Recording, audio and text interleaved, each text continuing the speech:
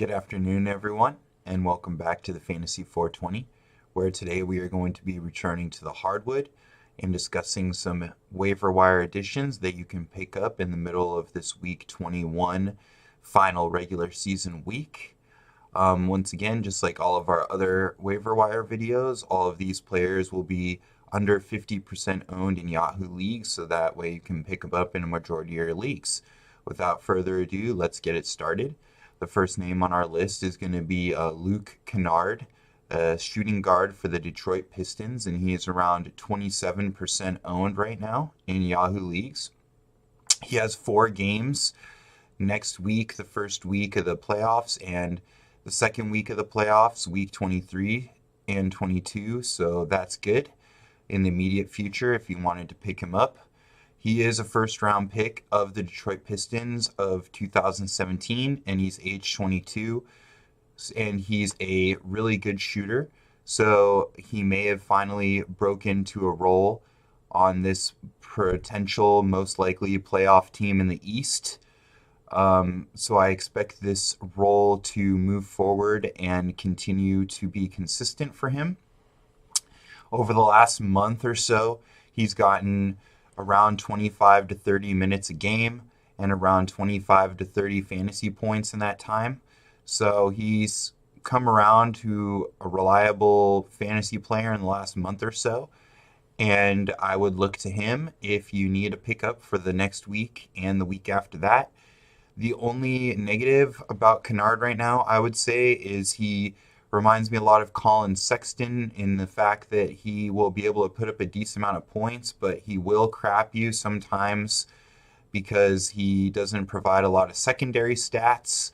But I would especially consider him in a category league because of the three-point shooting that he provides. But other than that, in a fantasy point league too, I think he's a great option just because of the games. 4 and 4 are really important. If he is a fringe guy and he only has 3 games next week on your roster, I would drop him and pick up Kennard and roll with the extra game because that's an extra chance to blow up and it's just an extra 30, 25 points that you'll probably get. So in the immediate future with the games, Kennard is a great option. The next name I'm going to mention is Delon Wright, point guard, shooting guard for Memphis. He's around 14% owned.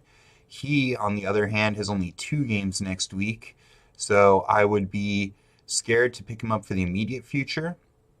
However, he does have 4 games in the championship week, so if your team is looking good, you can get him for the semifinal and final, and he would be a really good person to buy into. I really like him. He's Mike Conley's backup, and as Memphis is done, and Conley's been in the league forever. Oh, there's our kitty, Papoose, making his first appearance on the stream. Hi, Papoose.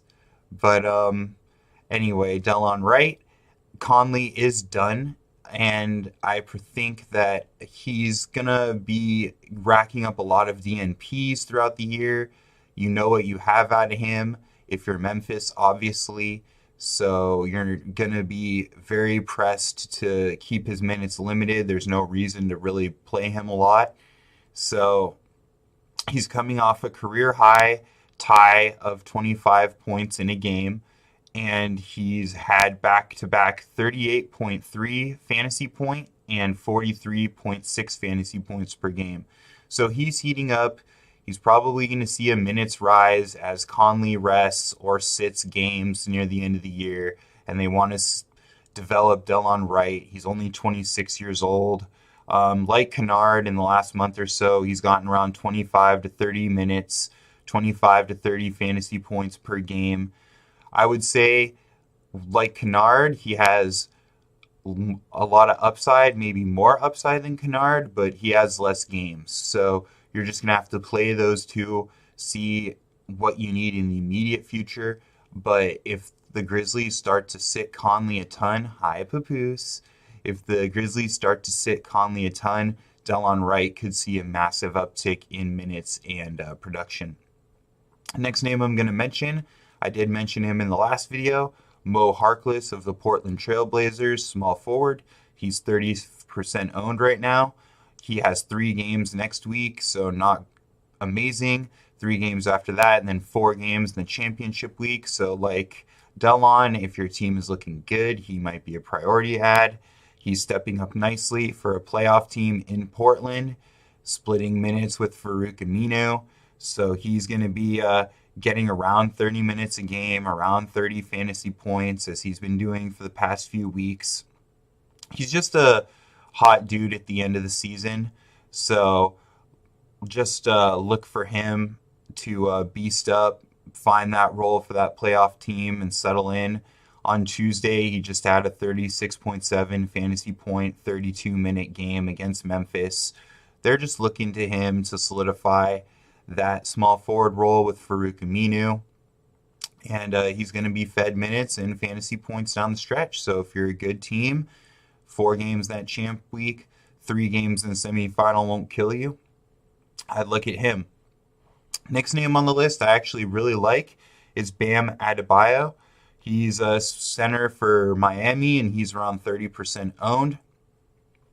He has a 3-game, 4-game, and then 3-game schedule for the playoffs, so that semifinal is looking good. He's mostly on this list for me because Hassan Whiteside isn't 100% right now. They just had him come off the bench, but Spoelstra is not sure what he's going to do with Whiteside going forward. They might just keep him coming off the bench and keep Adebayo in the starting lineup and minute Whiteside's minutes. And I actually like that a lot for Adebayo.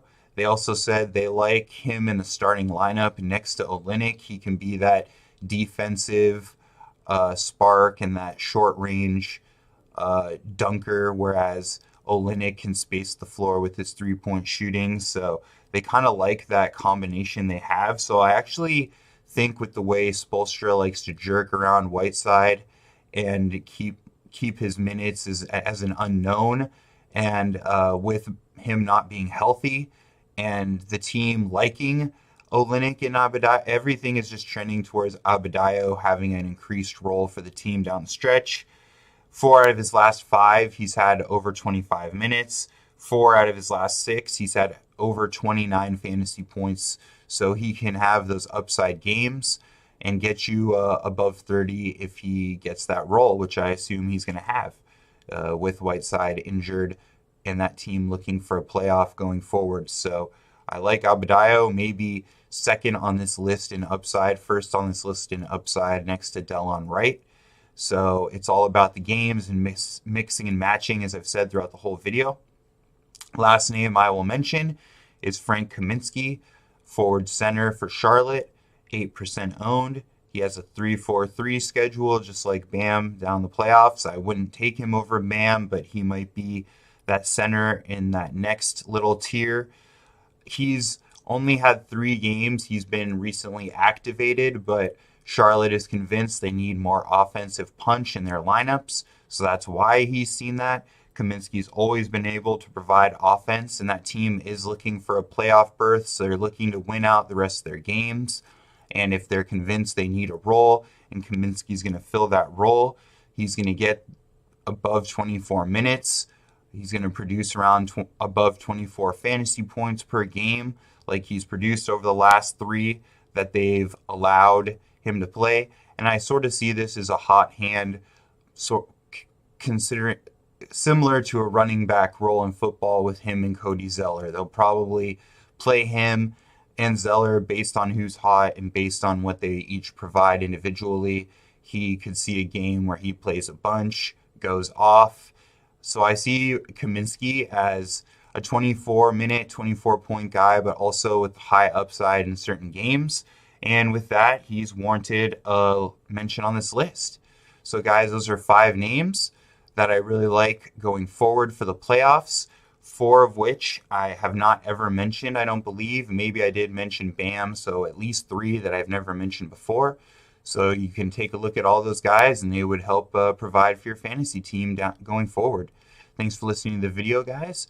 I will talk to you tomorrow, and I hope you have a great afternoon.